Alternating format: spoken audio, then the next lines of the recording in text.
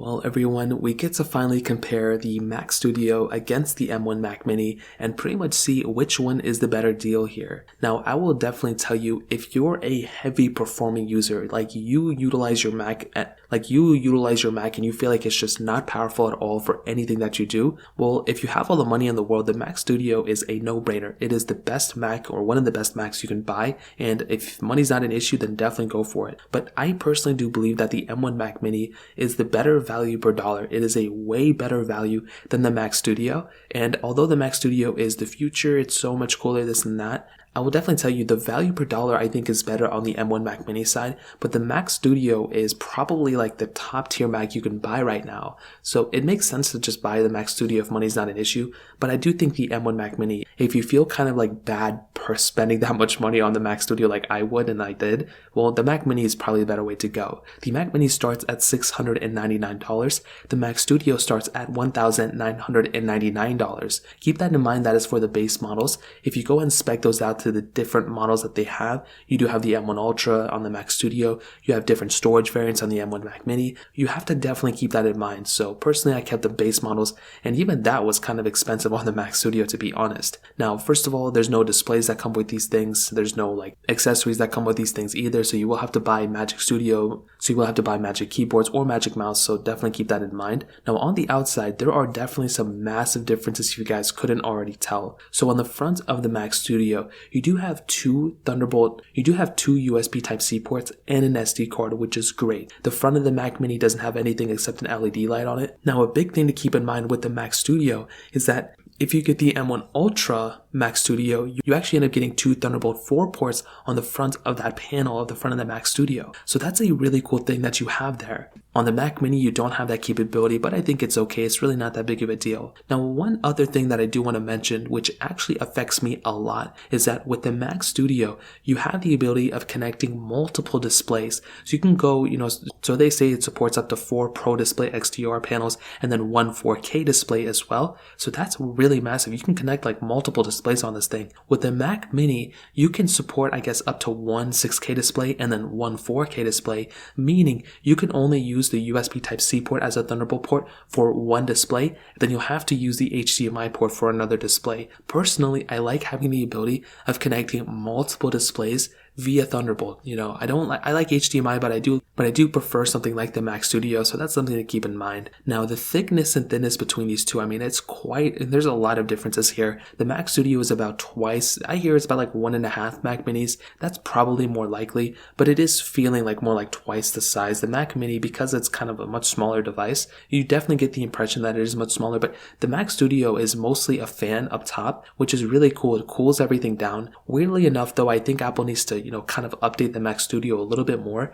mostly because as soon as I was setting up my Mac Studio, even after like 30-40 minutes, the fan was still running on the Mac Studio and I wasn't even really doing anything. I was just going on like the Mac App Store and different things like that. So I think there needs to be some software updates. The Mac Mini was complete silence, so that was one big thing to keep in mind. But I do think the Mac Studio, I love the look of it and it looks really cool. You do have a lot more port selections on the Mac Studio as well. So in the Mac Studio, you have 4 Thunderbolt 4 ports on the M1 Max model, but then you have 6 on the M1 Ultra model. You also have 2 USB-A ports, which is really cool. But on the M1 Max, you do have 2 USB Type-C ports, additional, as you guys know. You have the HDMI port on that thing, you have an Ethernet port, and you also have the SD card slot on the front, which is awesome. With the Mac Mini, you do have 2 Thunderbolt ports, the 2 USB Type-C ports on the back. Then you have 2 USB-A ports, then you have an HDMI port, and you have the Ethernet port as well. Now, personally, like I mentioned, more ports the merrier. The Mac Studio definitely wins in the port selection. However, we're in a day and age now where you can easily go and get a bunch of dongles on these things,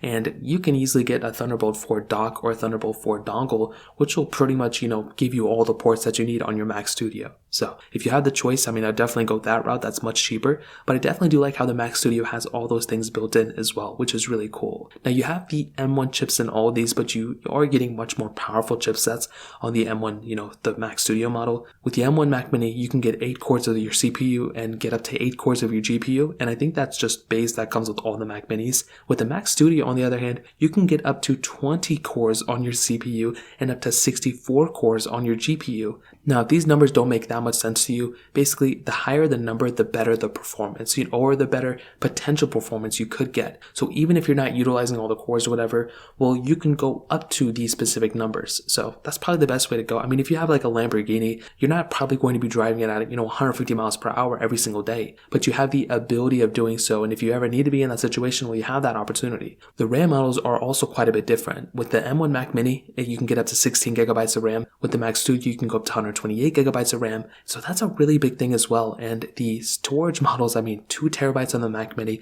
which is more than enough for me. 1 terabyte is more than enough for me. But you can go up to 8 terabytes on the Mac Studio. So those are some really big things to keep in mind. You are getting a much more powerful and much more capable machine from the Mac Studio than the M1 Mac Mini. Now, to be completely real with you, in my specific usage, I make so many videos every single day, as you guys can probably tell. I'm editing footage. They're mostly in 1080p, but I'm still churning through footage, using Final Cut Pro and everything. And my M1 MacBook Pro, I feel like is too powerful for my use case. I don't even feel like I'm utilizing all the power from my M1 MacBook Pro that I use every day. And that is no different from the M1 Mac Mini. My Mac Mini and my, MacBook Pro are spec'd out exactly the same. And I've never felt like either one of these machines are too slow or too unpowerful for what I want it to be. Now, if you're a, super intensive professional programmer, if you're somebody like that, and you're needing to use everything from a machine, well, in my opinion, the Mac Studio probably makes a little bit more sense. But unless you're editing like, multi-motion picture films, or you're trying to become like a filmmaker and you need all that power or something, or maybe you're like a musician or a music producer and you need to use everything from Logic Pro or something, like I've noticed that whenever I use Logic on my MacBook, those are the times that it does kind of slug around a little bit. Like it does kind of, it's still very fast, but you can tell it's a little bit slower than usual. That is one thing I've personally experienced. But personally, I just will never need the, power from a Mac Studio. So what I would recommend you all to do, and this is probably the best case scenario, is to start off with a Mac Mini. Start off with that M1 Mac Mini and see how your, use goes for like a week or two. And if you don't like that, if you do think it's too slow or it doesn't work how you want it to work, then I would recommend going up to the Mac Studio. I do think the Mac Studio is 100% worth the money, but I just don't think a lot of people probably who think they need the Mac Studio, they probably don't need it. They're probably not understanding how fast that M1 chipset is on that Mac Mini. It's really only gotten better since I've had it. The software is probably the bigger issue. There's still a lot of software issues and stuff like that I run into on this M1 chipset. But personally, I think, starting with the M1 Mac Mini and then going up if you need it is the better way to go. I think if you're going to start off with the Mac Studio, or even if you personally think you need the Mac Studio, then, I would even then start off with the Mac Mini and see how it goes. If you don't like it, if you think it's too slow or whatever, then go for the Mac Studio. But really the only things that I could see probably most people kind of getting a little bit annoyed at is the lack of any ports on the front. That may be the main thing that people are going to mess up at. And one thing for me is the lack of connecting like multiple displays. Having 3 to 4 displays for a lot of people is probably the norm, to be honest. And a lot of people don't have that ability with the M1 Mac Mini. So that's why I would kind of say, start off with the M1 Mac Mini and, try to think of every use case you can think of.